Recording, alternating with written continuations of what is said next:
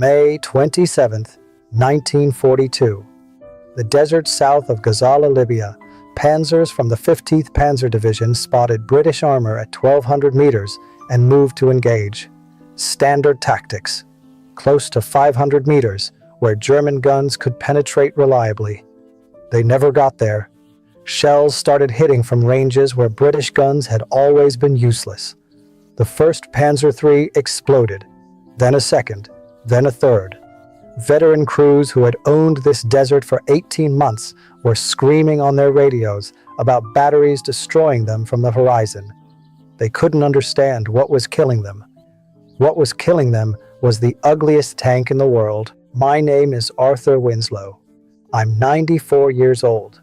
I served with the Royal Tank Regiment, 8th Army, and I crewed one of those ugly machines at Gazala. The Americans called it the Iron Cathedral. We called it the 3-story disaster. The Soviets called it a coffin for 7 brothers. The Germans, before that morning, called it a splendid target. They stopped laughing on May 27th. What I want to tell you this afternoon is how a 10-foot-tall, riveted, obsolete, hull-gunned embarrassment of a tank saved the 8th Army from annihilation and bled Erwin Rommel's Afrika Corps of machines he could never replace. Nobody wanted to fight in this thing. We did it anyway, and it changed the arithmetic of the desert overnight. I was 19 when I enlisted in 1940 from Dorchester. My father ran a printing shop and wanted me to take it over. I told him I'd be back in a year. Took 5. By the time I reached Egypt in late 41, I trained on Crusaders and Valentines and thought I knew what a tank was. I didn't know anything. Nobody did until they got to the desert. While we were dying out there, the Americans were solving a problem 3,000 miles away. I only learned the details after the war, from books and reunions and conversations with men who knew more than I did. But the shape of it was this. After France fell in 1940, the Americans knew they needed a medium tank with a 75mm gun. Not because of the caliber, because of what the ammunition could do. A 75 could fire armor-piercing rounds to kill tanks and high-explosive rounds to destroy gun positions and infantry. 1 gun, 2 jobs. Our 2-pounder couldn't do both. We had nothing for infantry, nothing for gun nests. Just a gun that bounced off armor, and a prayer that you'd close the distance before they killed you. The Americans had the gun. What they didn't have was a factory that could cast a turret big enough to hold it. That would take 18 months. The Sherman was coming, but it wouldn't arrive until late 42. So the engineers at Rock Island Arsenal proposed something nobody liked. Mount the 75 in the hull, a sponson, like a warship gun from the previous war. Limited firing arc. The whole tank had to turn to engage targets on the flank. Obsolete before it left the drawing board. They built it anyway, because a 75 in a sponson was infinitely better than no 75 at all. The chassis came from Buick, same people who made Roadmasters, which I always found amusing. Stack the engine in the rear, the 75 in the front right hull, a 37 in a turret on top, a cupola on top of that, 3 levels, 10 feet tall, 7 men crammed inside armor that was riveted, not welded. A round that didn't penetrate could still shear a rivet head off on the inside, and then you had a steel bolt ricocheting around a metal box full of men. We knew this. We climbed in anyway. Between August 41 and December 42, American factories built over 6,000 of them. We didn't know that number at the time. We just knew they kept coming. While Rock Island was bolting together its compromise, the 8th Army was dying with pop guns in the Libyan desert. Rommel arrived in North Africa in February 1941, and within weeks had pushed us back to the Egyptian border. We launched Operation Crusader in November 41 with over 700 tanks. We recaptured ground, but we lost more than 500 machines doing it. Rommel lost 300, more than half his strength. The difference was that our losses would eventually be replaced. His wouldn't. But the real problem wasn't numbers. It was that our guns couldn't kill anything that mattered. Sergeant Thomas Harding, a 23-year-old from Liverpool who had crewed Crusader tanks since Tobruk and who would survive the war to become a postman, described the experience to me at a regimental reunion in 1978. He said, "We'd hit a Panzer III square on at 400 meters and watch the round bounce off like a cricket ball off pavement. Then their 50 mil would come back through our armor like it wasn't there. This horrible tearing sound, and you knew before the smoke cleared whether your mates were alive or dead." The engagement arithmetic was simple and fatal. German guns killed British tanks at 800 meters. British guns barely scratched German armor at 400. Every engagement was a sprint across 400 meters of open ground under accurate fire, hoping your useless gun would do something before the enemy's useful gun did everything. Harding lost 3 crews in 3 months. Not 3 tanks, 3 crews, the men inside. He survived because he was loader, and the loader sits lowest. The ones up top, he said, went first, always. Without effective high explosive rounds, we couldn't suppress German anti-tank positions either. 88mm crews learned they could stand in the open against us. The 2-pounder had nothing for them. The gun that was supposed to save British tankers couldn't kill anything worth killing. In January 1942, the first M3 Grants arrived in Egypt. The British modification had a lower turret profile and moved the radio inside. They named it after Ulysses S. Grant. The standard American version, taller turret, they called the Lee. Corporal David Nesbitt, a former garage mechanic from Swindon, who had been repairing Crusader tanks since the previous autumn, and who could diagnose an engine fault by sound alone, climbed up, looked at the hull gun, and said something I never forgot. He said, "That's not a tank gun, that's revenge." They test-fired the 75 against plate representing a Panzer III. At 1,000 meters, the shell punched clean through. At 1,500, it still made lethal hits. High explosive rounds could destroy gun positions from ranges where nothing in the German arsenal could touch them. After 18 months of dying with pop guns, we suddenly had a weapon that could kill anything on the battlefield. 167 M3s were assigned to the 4th Armored Brigade, positioned along the Gazala line, and we waited for Rommel to come. He came on May 26th. Operation Venezia. Afrika Korps swept south around the British line. German intelligence had reported the arrival of tall, awkward American vehicles with hull-mounted guns. Rommel's staff dismissed the threat. The Spunson gun was a previous war concept, easy targets. That assessment lasted until dawn the next morning. I was in the 3rd M3 from the left in our troops' position, loader, the same low seat that had kept Harding alive in his Crusaders.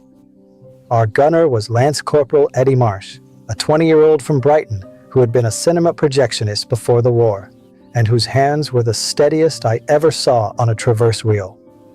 When the order came to fire, Marsh put the first 75 round into a Panzer III at 1,100 meters. The tank stopped dead. Smoke poured from every opening.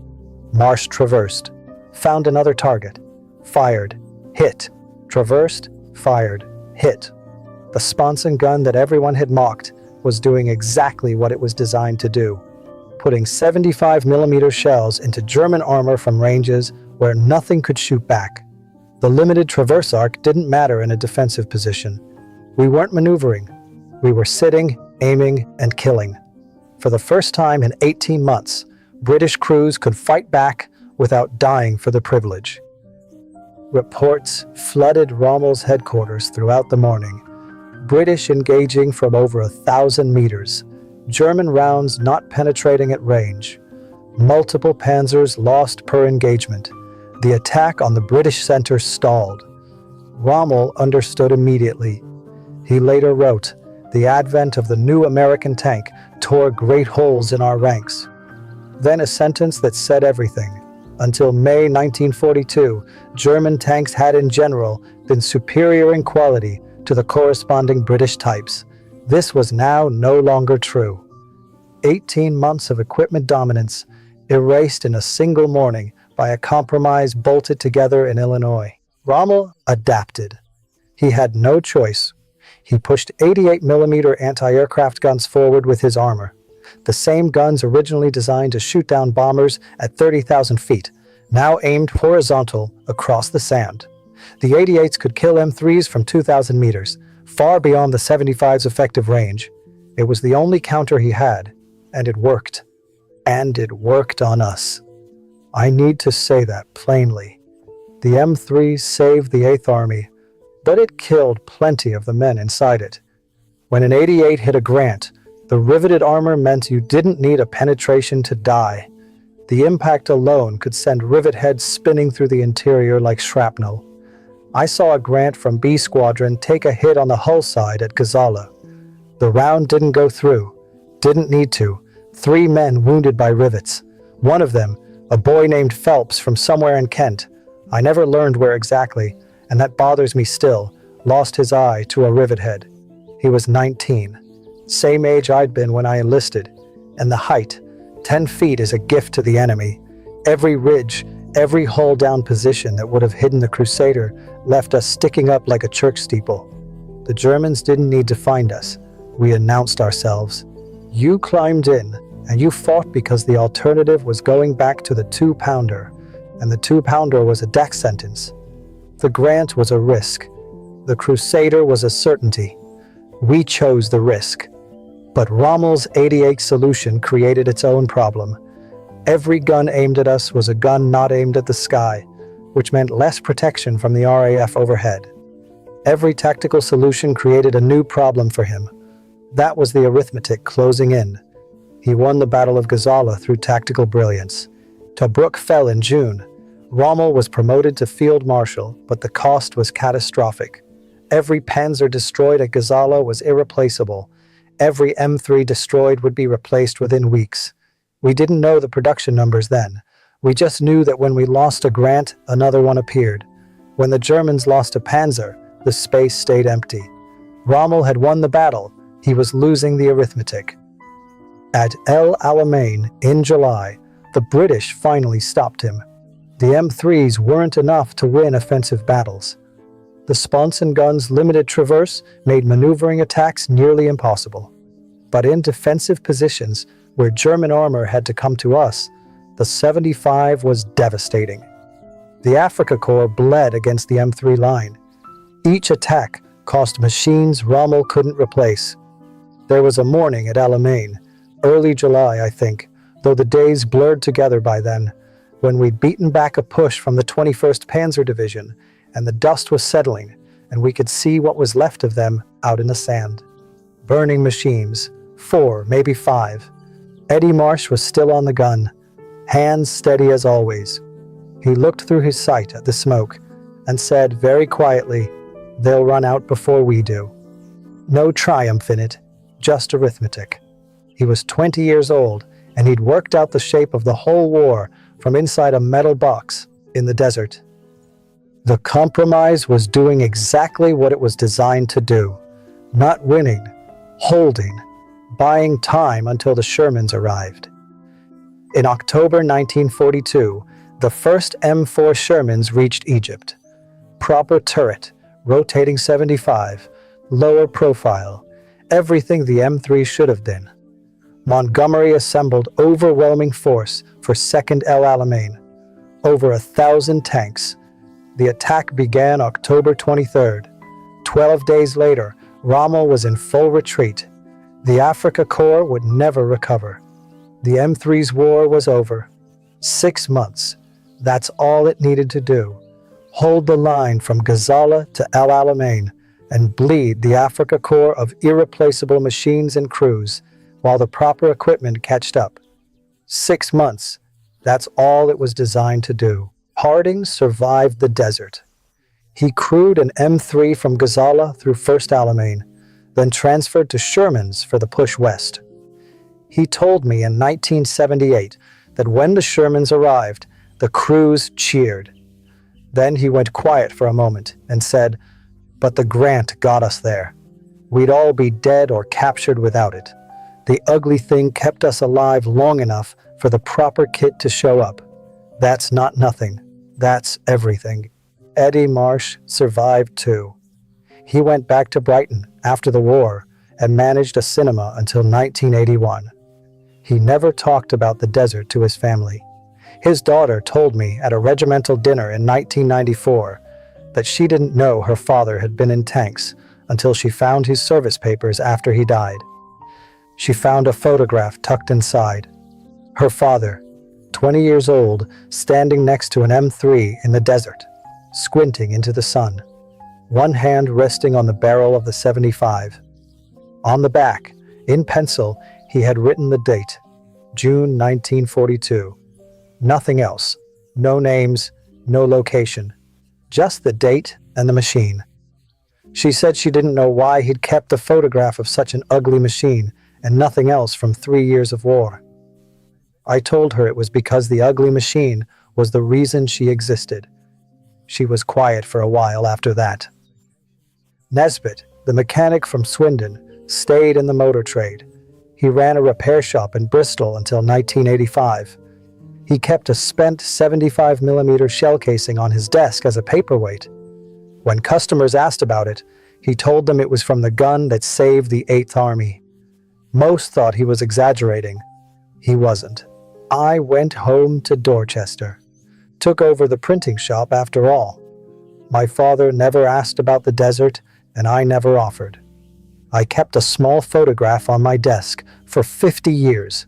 Our crew, 7 men standing in front of our M3, somewhere south of Mersa Matrush, July 1942. 4 of the 7 are gone now. The other 2 I've lost touch with, which at 94 is just another way of saying the same thing. But the photograph stays on the desk. My granddaughter asked me once why I kept a picture of such a strange-looking machine. I told her it was the ugliest, most awkward, most wonderful thing I ever sat inside. She didn't understand. That's all right. You had to be there. Rommel understood it from the other side. In his papers, captured after the war, he wrote that American industrial capacity was the factor he feared most. Not the quality of any single weapon, but the speed at which Americans could design, produce, and deploy new equipment. The M3 went from concept to combat in under 2 years. Germany had nothing comparable to that velocity. Today, surviving M3s sit in museums. Visitors walk past them toward the Shermans and Tigers, glance at the awkward 10-foot silhouette, and wonder why anyone built something so absurd. The answer is the simplest lesson the war ever taught. Ugly was available when perfect wasn't. The engineers at Rock Island knew every flaw before the first one left the factory. The height, the sponson, the rivets. They built it anyway because the alternative was nothing. And nothing would have meant the 8th Army dying with pop guns in the desert until there was no 8th Army left. The M3 was never the best tank in the world. It was designed to exist when the best tank wasn't ready yet. That compromise, building what you can instead of waiting for what you want, won more of the war than any single brilliant weapon ever did. This channel tells stories like that. The ones that don't make the highlight reels. The machines that were never good enough and turned out to be just enough. If they matter to you, subscribe and turn on notifications. Tell me in the comments if your family has a story about equipment that wasn't perfect but kept someone alive. Hit the like button. It helps these stories find the people who need to hear them. Thank you for sitting with me. There are more to come.